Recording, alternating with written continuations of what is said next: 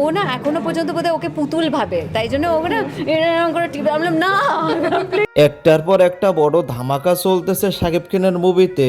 হ্যাঁ দর্শক, আগামী বছর ঈদ উল ফিতরে শাকিব খানের প্রিন্স মুভি মুক্তি পাবে।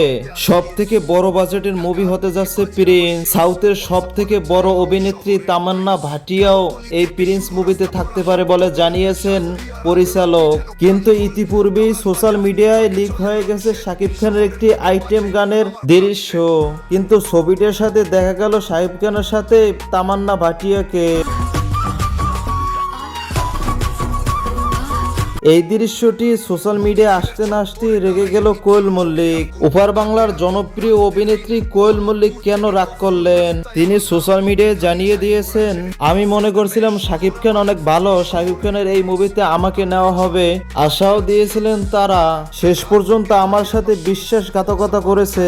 তিনি আরো বলেছেন, শাকিব খানের চরিত্র এত খারাপ তা আমি আগে জানতাম না।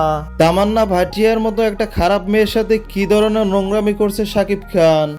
দর্শক, আজকের ভিডিওটা এতটুকুই। যদি ভিডিওটা ভালো লাগে তাহলে লাইক, কমেন্ট, শেয়ার করবেন আর সাবস্ক্রাইব করতে ভুলবেন না।